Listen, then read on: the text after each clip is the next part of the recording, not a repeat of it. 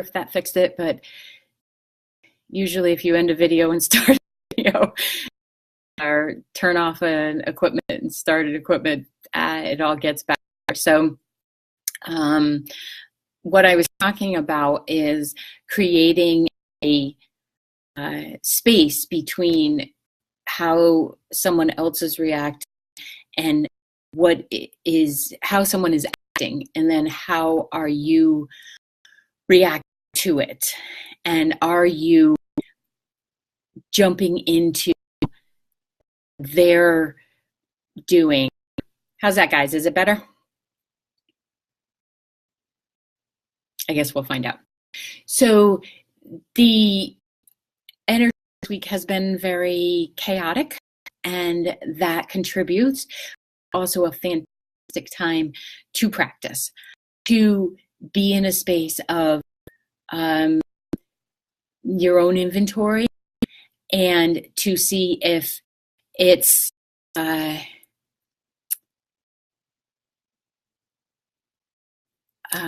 it's anything that's for you to be involved with. So I am going to do a video, and we'll just hope the replay is better, because everybody's saying it's good, but I have full strength on this end and it's completely clear. So we will see what happens. I can't type and talk at the time, evidently. So this is technology, right? So just roll with it, and what happens later, maybe my brilliant editing guys can pull all of it together. And hell, maybe this is the energy of the week too. You got to roll with it and not get active. That Facebook knows this, so it's really testing me. One of the ways that you know when you get a text or Facebook, or you're on the any other platform, and you read something and you read it in that snarky in your head, well, that's a great place to stop. Just stop, take a breath, and read it as if you're a robot or something. The place where you just read it as it is and not have an inflection to it. This is one of the ways to create space and to not be so reactive. So, because we like to assume we know every planet and everything they're going through and everything they're coming from, we know everything, but we don't. So if you can practice that, read comments with the tone, it will really take away the pressure. And then it may even unhook any feeling of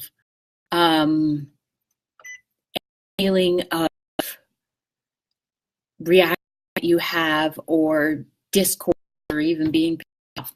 So that's the way. Having some and patience, and realize that the other person in all likelihood doesn't even care if you're listening. Yes, they want a platform, and yes, they need to get rid of anything, but they're not talking, most of the time they're not talking about you. They're spewing whatever they board. And I just think that's not our to pick up. I can be here and I'll wait until you're done. I'll probably give you about 5 minutes to vent, and then we got to move on. But when you can be in a space of appreciation that some ramp them up, and everyone has a right to what they're feeling and what they're emoting, but you don't have to join them, that also builds the of non-reaction. When you step out of reaction, you can actually respond. And this is what I mean by staying in that passive space. So something can be going on and you just watch it go by in front of you. And unless it's 911 or CPR or something, we don't have to get in there. I think a lot of people have a false sense of their own selves, want to feel like they've done great, then go volunteer. But run your lips. So that passivity about backing away from caring, being a contributing member of your universe, it's about recognizing that someone else's turmoil does not have to become yours, and then you can be in the greatest place of this.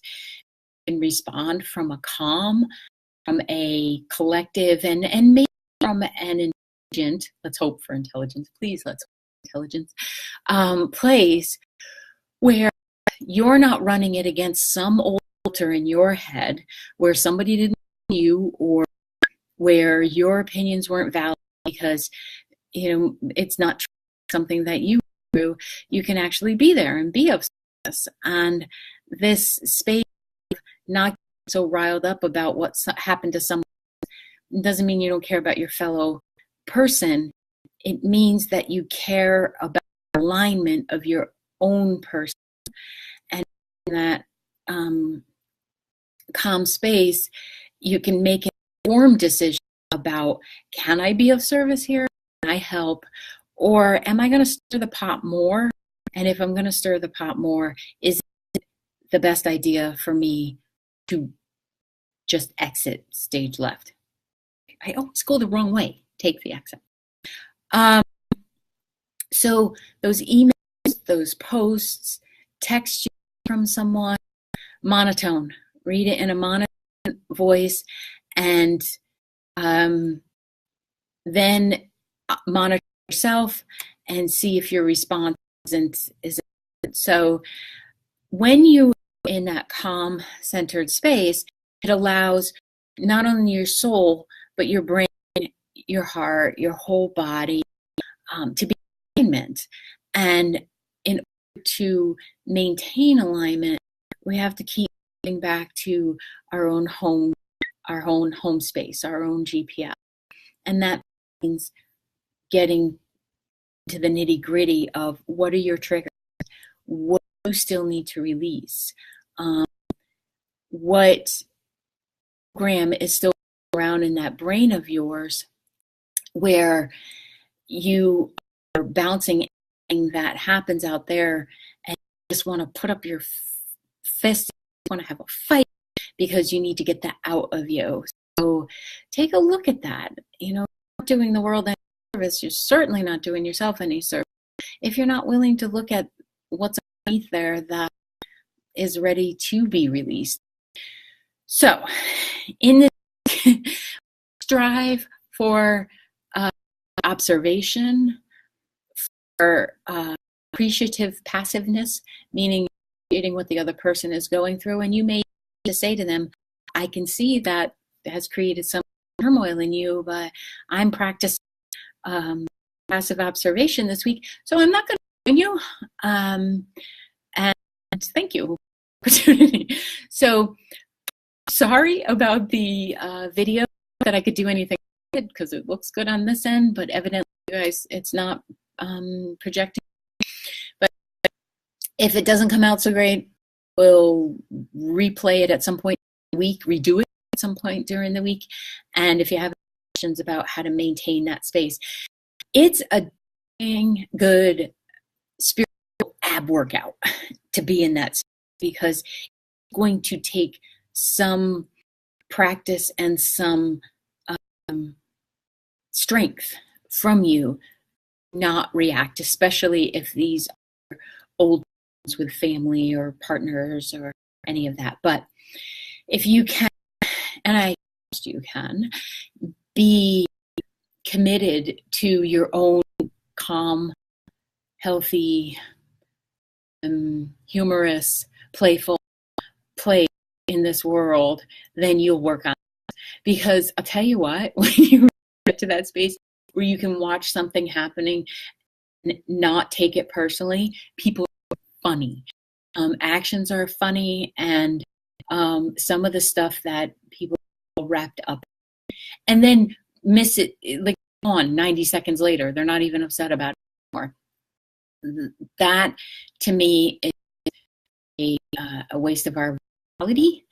So I'm going to challenge you to be in that observation space, and we'll see how you did over the week. If you have difficulty with it, shoot an email, smoke signal, something, and have some suggestions on how to remain in your own, be in your own bubble.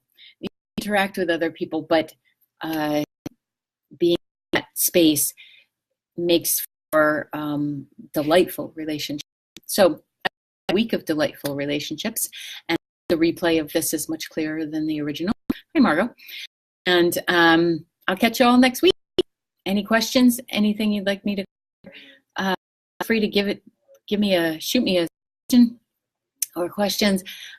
To do that, and I will see you second week of June. Have a good first.